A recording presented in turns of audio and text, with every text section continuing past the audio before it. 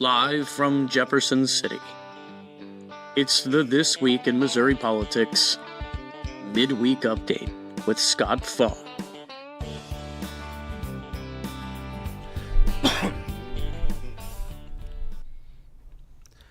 Welcome to This Week in Missouri Politics Midweek Update. I am now joined by the presiding commissioner of Callaway County, Gary Youngerman. Do I always say that wrong? No, you say it right. Perfect. Good. But he is here today not just because he's the presiding commissioner of the Kingdom of Callaway. He is the new president of the Missouri Association of Counties. Gary, congratulations. What an honor.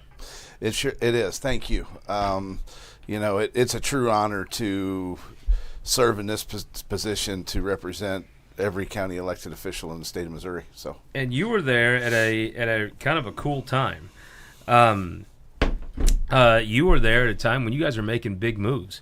You had one of the most beautiful offices that anybody could have on Capitol Avenue. It had these historic doors that I think, did they come from the prison wardens? I think so.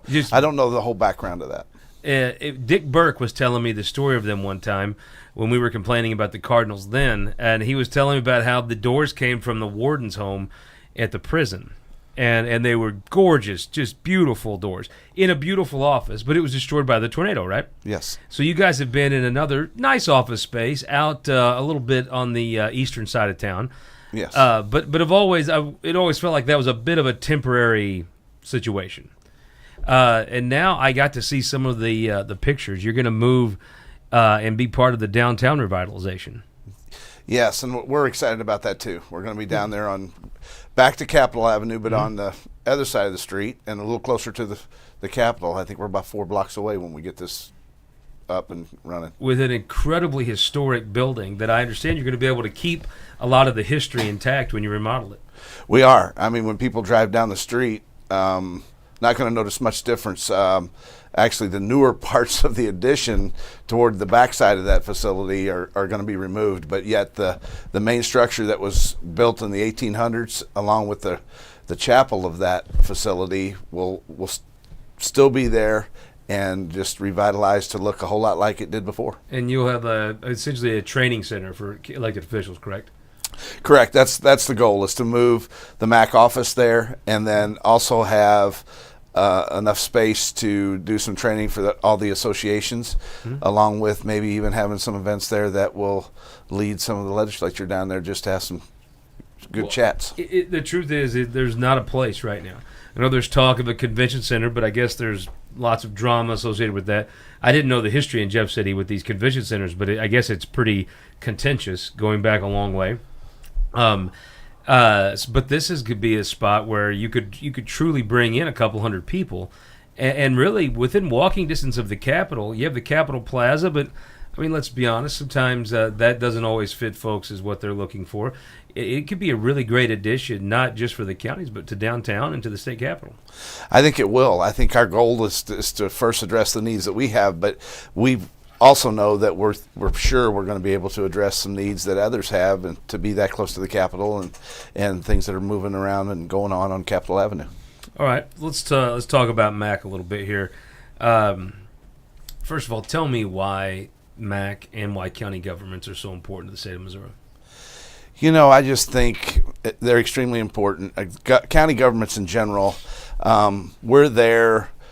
We get to visit with our constituents daily. Sometimes good, sometimes bad, but I think county government is to me where I needed to be. It gives me a chance to talk to people even at Walmart or at church or fueling up your truck at the gas station. But MAC itself, I think the importance of that. I'm hoping to do some things to improve upon unity with all the associations. We're united, but yet somewhat separated at times. So I want to work on that. But I think MAC is going to hopefully, if they allow us to, we're going to be able to help educate and let the legislature know what goes on in local government and how you can affect us positively or negatively. So give me the breakdown. Some of the folks that watch, there's a lot of rural folks. There are some urban folks that might not understand. What are the functions the county government does in a county like Callaway County? we're in charge of quite a bit as a commission. It's a bit of a catch-all. It's a bit of a catch-all. In Callaway, we're a Class 2 county. We, as county commissioners, oversee about half of the employees, and we got about in the neighborhood of 180 to 190 employees. And as a commission, not only do we create the budget and everybody's budget and oversee the dollars, but we oversee all the facilities and then half of those employees. And so, we oversee in my county the health department, 911, emergency management, our maintenance crews, road and bridge. So we never have a dull moment because we lead right from one thing into another thing, sometimes before we can get the previous thing addressed. I have worked in a courthouse myself back in Butler County. It was amazing to me to see the real practical block and tackling of government. Whether it's if people think of schools, well, the schools are there because there's an assessor who's out assessing properties, because there's a collector taking those taxes. There's not really money that goes to that school that doesn't pass through the county courthouse. Then you have the judges and judicial functions, the sheriff with the jail, the prosecutor. It is a huge amalgamation of things that even if you live in town, you're receiving services from the county government. Correct. I mean, you're right. About every dollar that happens to some degree comes through the county, whether it's domestic violence dollars, tourism. It all comes through the county and then funnels out into the directions it needs to go to. So, county government has a lot going on. So the next time you see your county treasurer or collector or even assessor, there's importance there. The treasurer has a lot going on. Well, mine's Chris Rickman, so we have to give him a grief, right? I mean, we couldn't compliment Chris. His ego get out of the hand, Yeah, well, that can happen to all of us. But seriously, there's one concept I've seen many times. You go to the state capitol, and you can't swing a dead cat without somebody complaining about an unfunded mandate from the federal government. I have watched especially over the last probably 5 years, I've watched more talk, and actually a few that have passed, go from things the state doesn't want to pay for, but they're all too happy to dump it on the county and make them pay for things. I have seen the unfunded mandate virus leave Washington and hit Jeff City, except those unfunded mandates they're passing down to the counties. That's correct. And I come into office in 2011, and I've seen that steadily get worse. Since I've been in office, we have faced several that now we have to take on that challenge. And it's easy to sit up here in Jeff City and say, we're going to do this, or this is what's going to happen. And, by the way, county, you're going to absorb that. That's a tough pill to swallow, especially when you're trying to do many things for the citizens in your county to improve upon what they have on a day-to-day basis. Well, it's such a great idea the state could pay for it, right? Well, that's what I've always said. If it's such a wonderful thing, then you guys go for it. If you send us some money, we're all in. Yeah. I don't disagree totally with some of the things they've done in the past, but I disagree with how they decided how it was going to be funded. Do you think there's a problem? I was at the Farm Bureau conference, I've said this many times. I've said this at the MAC conference before. I worry, and I know MAC is a statewide organization, but I worry, as rural Missourians, we're just too damn nice. The suburban people take advantage of our politeness. They return nothing. And I worry sometimes these unfunded mandates usually come from the suburbs. Some great ideas some suburban person has. They rarely come from rural Missouri. I worry sometimes we're just too damn nice. I think, I don't know if nuts is the right word, but it might be. But I do know this. I don't think as a rural community, we're too nice. We're not vocal enough. Yeah. We just take it on the chin, and we only talk about it at the dinner table at night, and that's where it ends. So yeah, we need to be more vocal and voice our opinions. In the suburbs, the suburban legislators will go hold their breath in the corner and pout like children. The rural folks, we're just like, well, okay, we'll help you out this time. Da, da, da. I wonder at some point if the playbook says you throw down and stop everything to get what you want. If the legislative leadership has rewarded suburban legislators for those tactics, can Jason Bean say he's really representing his constituents if he doesn't do the same? Can Travis Fitzwater say he's representing Callaway County If he sees the success is suburban senators just throw little fits and throw hissy fits and block everything until they get what they want, and they're rewarded, and their constituents are rewarded, at some point, is it not incumbent upon Cindy O'Loughlin, if you're going to reward folks doing that, honestly, can Jamie Burgers say he's representing his constituents if he doesn't do the same thing that works? I would hope that we would stick to our morals and I would hope too. and try to work on this. But if that's the way leadership says the game is played, if that's the way they say, if you just act like jackasses, we'll reward you. At some point, shouldn't Mike Henderson say, well, I guess in order to represent St. Francois County, I guess I better be a jackass too? You can see that. Yeah. I don't disagree with what you're saying. I watch this with Farm Bureau. They're trying to get a rural insurance plan that would benefit a lot of your constituents. They cannot move it at all because the suburban folks just don't care. The suburban folks don't hide it. They look down on us and they don't care. And they'll just tell you, we don't. If it doesn't have a cul-de-sac, if it doesn't touch 270 or 70, we don't care. I respect their honesty. But at some point, if they want to kick gay people or tell women what to do, or whatever the suburban people are obsessed with that day, whatever they've read on Twitter, I think it's time we hold up their goofy social stuff until we get ours. I agree. And I really don't know that Lincoln Huff can look his constituents in the eye and say he's really representing them. If this is the way he's shown time after time, this is what you do. If you don't play the game too, I think we've tied our hands behind our back and said, well, we're above that. We're not going to act that way. Well, I think at some point, if acting that way is what succeeds, I think rural Missouri folks are going to have to start acting that way. Well, I that's where I hope that organizing the county elects, because I think the county elects, I've always said that if we're going to pull government back the way it needs to be, the county elects are going to have to help do that. Yes, I think that's right. Because we're the ones, like I said earlier, that see a lot of our constituents on a daily and weekly basis. And I think it's going to take volume. I think you're going to have to show up to the Capitol and testify, just like with Steve and everybody. But I also think, I know there's some lobbying days that folks, and Mac has one of the best lobbying days that is very well attended. But I'm not sure you're not going to have to do more of those. I'm not sure you're not going to have to say, okay, you pick the first one of these unfunded mandates and just flood this Capitol with elected officials. That gets folks' attention. Because let's be honest, if I'm a state rep, every county official with a 4-year term, in the middle of that term, could be a challenger to me. Right. And I know it's more on you want to make your case on the merits, but every politician's going to be thinking, well, that county treasurer just won re-election. They have a free shot. I think that is I think when the county elected show up, they have a lot more stroke than a lot of other people when they show up at the Capitol. I agree with you. And I think last year, the Commissioners Association tried to kind of jumpstart some things last year. And my region was the first one to do it. But we've tried to be up here every Wednesday, I believe it was, last year.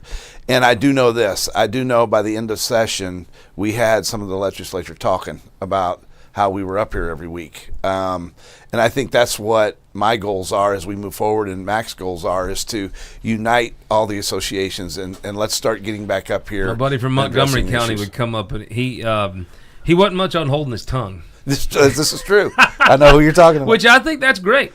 Look, it went from a time in the legislature where the statesmen were successful, where just keeping your word and passing common sense legislation and working out and compromising was rewarded. I don't think a rational person could look at the current scenario and say any of that is true. You are rewarded for throwing fits, for being selfish, for not compromising, for just shutting everything down to get what you want is what's rewarded. I think politics, the winner in politics is the ones that show up, whether that's voting or whether that's at the Capitol. Showing up matters. You don't have to come and be there, 12 hours, but showing up matters. The wins come to the folks that show up for them. Well, and we knew that was true a long time ago because the first thing you could probably do over there is to ask the legislature some questions and who they see the most, and you're probably going to get the answer of the Cattlemen's Association. Yep. They're over there a lot, and I'm not saying they get everything they want. They do very well. But they do fairly well in keeping things moving, and kudos to them. And that's what MAC needs to start doing more of. We need to be visible and try to make a difference, and maybe turn exactly what you've been talking about around, and maybe we can once again. It's going to take a bit, but maybe once again we can get some true statesmen in there that really want to make a difference and do the right thing for the state of Missouri. It's a little easier for you to come to the Capitol, being from Callaway County. How do you go talk to that person in Stone County, that person in Ripley County, where it's not just you can come down after lunch and be home for dinner. You're going to have to stay the night almost if you come in from Ripley County, or it's not, you drive 8 hours to stay 2, doesn't make any sense. How do you talk to Jesse Roy and say, Jesse, I need you up here? Those guys, several of those guys have been very good. Mm-hmm. It's hard because I understand it, because several times a year, and this year will be one of those years that I do it a lot. But, from Jeff City to the edges of the state, I mean, that's a 3-hour drive. Mm-hmm. I mean, so you come up here and you spend a few hours, you're right, to go home. If you go home and you leave at 5 or 6 o'clock, it's getting pretty late by the time you get home. And, in county government, a good many of us have, in some cases, that's not what keeps food on the table. Yeah. So we've got other things we do, and a lot of them are farmers and or own businesses or whatever the case may be. And so they have a lot of things to accomplish in a day's time. It's not easy to do it, Scott, but I think what we're going to do is just keep pushing forward. And as long as we can get a handful up here on a weekly basis, mm-hmm. and we can start beating our drum and talking to them about the same things, all of us, don't whine. Just try to educate and let them understand what's going on here. Right now, to me, judges are paid by the state, right? Correct. Prosecuting attorneys should be paid by the state of Missouri. We all agree with that. You're enforcing the state's laws. All these conservative small government Republicans come, and every year they have 50 more things to make illegal. And the list of things that are illegal in this state, it's like a fishing story. My arms aren't wide enough to show. You don't get a say in making another 100 things illegal, right? But you don't get a say in having to pay that prosecutor what's statutorily required. To me, that's just a common sense thing. What's the difference between a judge and a prosecutor? Why the state doesn't pay for them? I've wondered that same question and asked that same question. And a couple of years ago, we started trying to try to get some legislation to put the prosecutors on with the state. Because I will tell you, as much respect as I have for many prosecutors and a lot of sheriffs across the state, they do arrest people for breaking state law. Sure. There's not very many law, prosecutors and or sheriffs in this state that will tell you they are thrilled to death about dealing with any kind of a county ordinance, because they will basically tell you, we deal with the law, not a county ordinance that you've let your grass grow too tall. To me, there's a logical break in that. Right now, a prosecuting attorney, every county has to have one, and their salaries are set by the state of Missouri, not by the counties. The counties have to pay for them, but the counties do decide how many assistants they have. The counties do decide how much money is in that salary pool for them. To me, if you just took the elected, statutorily required prosecutor, whose salary is statutorily set, to me, that's a good way to split that baby and say, okay, you force us to have this, but the ones we choose, maybe they're on our books, right? To me, there's some common sense ways to compromise that, but the actual prosecutor that you by state law have to have, whose salary is set by the state law, I think that person being on the state government dole is one thing. And look, how many assistants do you have in your county? 4. I know your prosecutor just got moved over to be the judge, but you decide if times are lean, you might have to cut one, and that's up to you. So to me, those assistant prosecutors, being county employees, well, at least you're deciding whether you hire them and what you pay them. At least you have some control over that. The person you don't have any control over, I don't see why that's not a state employee. I agree, and you're not going to find a commission across the state probably that would disagree with what you just said. I think because of them dealing with state law and the rules that come down from Jeff City, we all believe that they should be a state employee. And I've had some good ones and got a lot of respect for the ones that we've had. But Sure. but I've told them that, No, know, it's not basically. a knock on them. It's No, just it's not a knock on them. How It's- you'd pay for them. So, at I think it's pushing $170,000 a year now. That's a pretty good chunk of change. Yeah. And then we And also I'll bet pay you- for their I'm willing retirement. to bet you that if that was on the ballot, what the salary was in Butler County, I'm not sure the prosecutor makes 170. I think if they knew what they made, I think if the folks knew what they made, I don't know the individual counties would set that salary that high. No. It's the state of Missouri that sets that salary that high. It got set, and then basically they determine what raise you're going to give them Yeah. every year, and that usually happens in July. And they've tied it to this federal State thing, so they fiscal. always get a raise. That's right. So Oh. it's tied to the federal judges, and it just funnels down Yep. all the way through the actual sheriff. too It's now. almost like that's an unfunded mandate. It almost is. If there's a definition of one. It's not almost. It is an unfunded mandate. If you got to set the law enforcement budget in your county, maybe it'd be the same, maybe it'd be higher, but it might be different. And to me, it's so funny to me to watch folks complain about the federal government overreach while they're in the state capitol trying to run Callaway County for you. It is the most hypocritical in a town of hypocrisy. It is the most hypocritical thing I see day in, day out. I do not disagree. I think there's a lot of things that I've learned now I'm finishing up year 14, and it upsets me, and I can't figure out why some of the things are the way they are. It just seems like common sense would kick in at some point, and you'd go, you're right, because they are defending the laws that we make and prosecuting the laws that we make, and they should probably be, it's mind-boggling at times, what we have to do as county commissions and counties across the state. And it seems like some of the biggest dollars that we have to spend are state mandated, unfunded state mandates. And maybe it's time for the counties to go the same route other folks have went. It behooves the legislature to throw the cost off onto you. Maybe it's time for a constitutional amendment about unfunded mandates.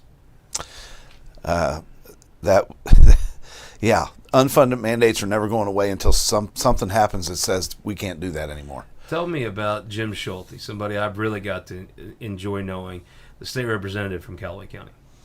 I don't know Jim as well as I should, but I know Jim, and Jim is he's been a great representative for us. Great guy. Great experience. He's got a lot of wisdom. And I think that's what is good about him. He brings in a lot. Maybe the best beard in the Missouri legislature.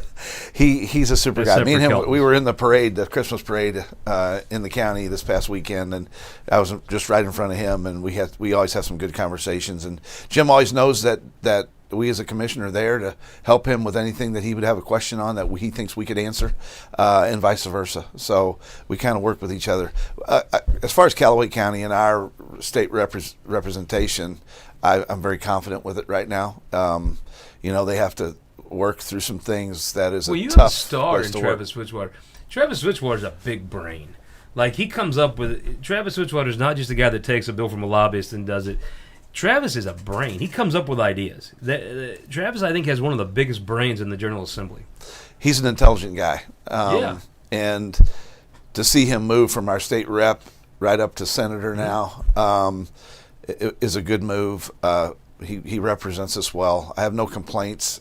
Travis always answers the phone when I call him, Sure. and we, the neat thing about America is me and Travis sometimes don't always agree. Well, sure, I wouldn't yeah. say he's wrong, and he probably would never say that I'm totally wrong. But to getting there or doing it and making it final, we differ sometimes. But it's never to the point where it's just totally opposite. Well, it doesn't have to be an angry, contentious situation. It can just be you see it one way, he sees it another way. I like covering legislators who are intelligent and who actually think through the second and third step of what they're going to do, the unintended consequences. He's just very smart in an age where there's a lot of smart people in the Missouri legislature. There's no question. But I'm not sure there's anyone that's actually gets the full range of a public policy like he does.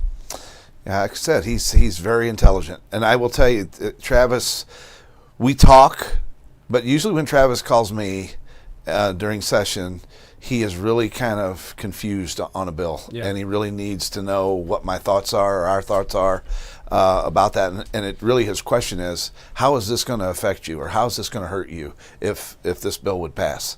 And then we give him the information, and we go from there. So let's look to the next session. Usually the first session of a new governor is quite busy.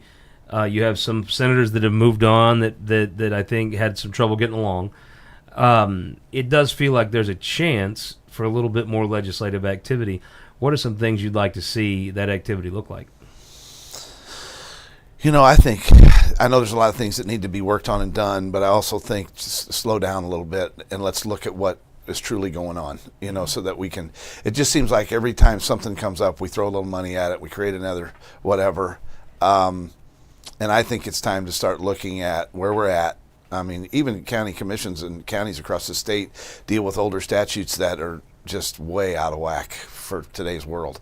And some of that needs to be looked at, I think, so that we can straighten some things up at the county levels, local levels, to make things better. But I'm excited about the new administration. I think they're willing to listen and try to move forward. You have a guy that used to represent Callaway County just for a little bit, but his first election, he had to go run in Callaway County. So this governor knows a little bit about Callaway County. There's a little bit about that nuclear plant up there. Oh yeah, me and Mr. Kehoe, Governor Kehoe, or Governor-elect Kehoe, I guess, we campaigned together. His first start was mine, and he actually came to a number of my fundraisers. I went to several of his, and he donated much more to my fundraisers than I donated to his. Check this out. Somebody sent me this from Dent County. This is an old Mike Kehoe Ford hat from back in the day. Yeah. I actually I have to be careful because I don't do that thing where I'm like some of these reporters will be like, I'm unbiased, I don't have any views, and then when they go from writing about stuff, which is generally liberal biased, then they go to writing columns. It turns out, you were socialist the whole time. I just tell folks I'm a white trash hillbilly from West Butler County, grew up on a gravel road in a trailer. I have to be careful because I try to be realistic about folks. Mike Kehoe speaks so much the language that I kind of correspond to. Have to be careful not to get a little over the top about him. You know what I mean? Right. It is his story from humble beginnings to his business background. I have to personally watch, maybe getting a little over the top about it. But I am excited about what he could do for the state of Missouri. I am too. We have, before he ran for governor, we had some conversations when he was lieutenant governor, and now that he is going to set in that position, I'm excited about how things could potentially move forward with not only the state, but workforce, the economy, what we're doing. I'm excited to let him get started, and it's going to take a bit to get everything off the ground, but everything does. When you're brand new and you come in with a new administration and you're trying to figure out which direction to go here, and but he's got some good plans. I've sat down and heard it, and just like you have, and so I'm extremely excited to be in the position that I am with a new administration to hopefully move some things in a real positive direction for the state of Missouri and every county in the state, all 114 of them. But Callaway County is growing. One of the counties in the state is growing. You're seeing Fulton does well. You're seeing some spillover from Jeff City into the Holt Summit area. You're seeing some creep down I-70 from Columbia. Kingdom City, we built 2 new hotels in the last couple years.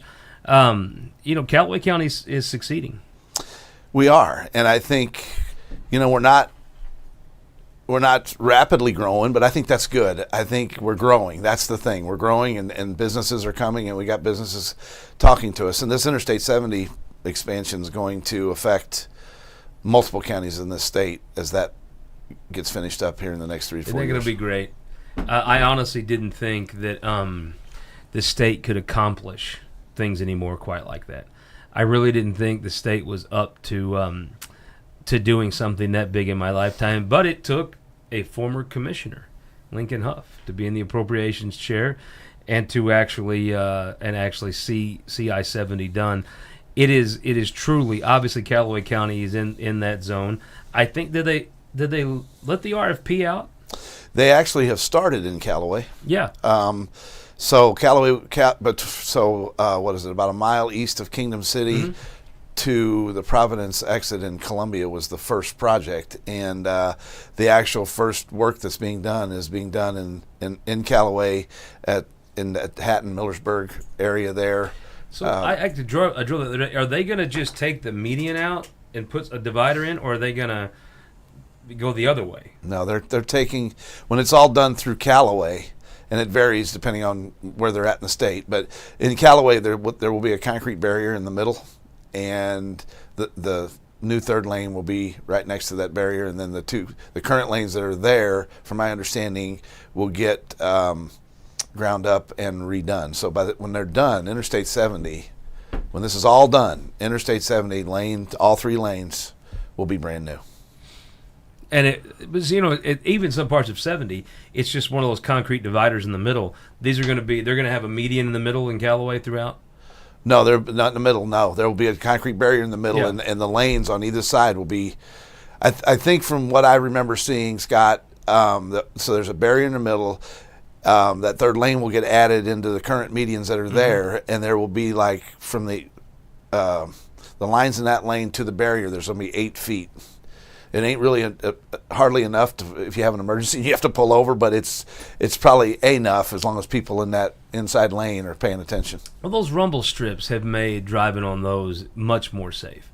I noticed the rumble strips, and that's a relatively new innovation that I've noticed. I think that makes things a lot safer. I think that's an innovation that somebody came up with that I think it does a lot to change the safety of a road, because you do get that early alert if you're weaving over a little bit. I think that's a really good innovation. MoDOT's made some, and the state have made some moves to hopefully save lives, and that's what it's all about. Of them. That really does work. I mean, I think it's a serious thing. So you got Steve Hobbs. He knows his way around the Capitol a little bit. That was a great hire when you brought Steve. I mean, replacing Dick Burke was going to be tough, right? But I thought when you brought on Steve, boy, he knows the Capitol. He knows how to make things happen, and he's just the kind of guy that his enthusiasm's a little infectious. You know what I mean? Yeah, Steve's doing a wonderful job. I mean, he knows so many people. Yeah, and the ones he didn't know, he knows now. Yeah. So, serving, what did he serve, 8 years as a state rep, and Steve's another one of them that ran for the first time as far as local government when I ran. So me and Steve and several other presidings come in that year knowing each other and have a lot of respect for each other as we move forward and continue to. So me getting a chance to work with Steve, probably more than I've ever in my life worked with him with this MAC organization, I think we hope at the end that we're very happy with the success we've had and what we're trying to get accomplished for MAC in general. Gary, thank you so much for the time. We sure appreciate it. It's good to be here. Keep Kara in line, can you? Well, I don't know if anybody can, but we'll do the best. Kara's one of my constituents, so I got to be careful here. Maybe you could end unfunded mandates, but I don't know if you can keep Kara in line. That'd be the one thing. I think, you know what, Kara does a great job of keeping us focused. So kudos to her. And I will tell you this. You do not forget about county commissioners when she's around.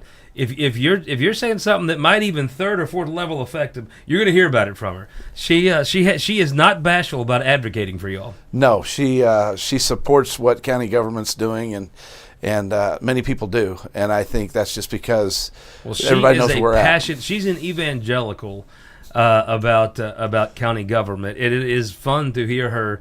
I like it when she tears into somebody about it a little more, but it's fun to hear her promote you guys. She is absolutely a great find for not only the commissioners but for MAC as well. I agree. She is. She's just sparking new life. As you know, and you don't get on her bad side. And I'd like to be clear, Kara. I don't want to be on your bad side. I'm a big fan. Kelton was talking smack about you earlier, but we set him straight. Gary, by the way, Kelton's got an illegal gambling racket he runs. He's got Mizzou negative 3.5 points to Iowa in the Music City Bowl. What do you think? You're going to pick Mizzou, I know. You're too close not to. You taking the points, or you giving the points, or are you saying, no, I'm going to pick it straight up? No, I tell you what, I got faith in that team. There's some of them that's on their way out, and they don't want to go out a loser. So I'm not taking the points. I got confidence in them. All right, really do. I love it. Kelton's a homer. He's always going to do that. But I'm with you. I think that team's got a lot of fun, a lot of momentum, and I think Iowa can't score. So I also think it sucks for the SEC teams when they play such a tough schedule, and then folks, they get shut out of the playoffs a little bit, or they get bumped down in the rankings. But I think that tough schedule helps when you're playing a team like Iowa. Iowa's not played the schedule Missouri has. I think that helps them in a bowl game. I do too. I really do. And I think, Mizzou at the end of the year, I mean, they could have, early in the year when they kind of had a couple of mishaps and kind of started going backwards in the rankings, they could have all just kind of said, well, our year's over, but they reared up and kept playing football. And, that's something to be noticed with the Mizzou football team. I think they've done some good things in the last few years. So what we've learned here today is it's time for rural Missourians to get tough. It's time for Carhartt to beat the Lululemon, I guess whatever suburban people wear, I don't even know.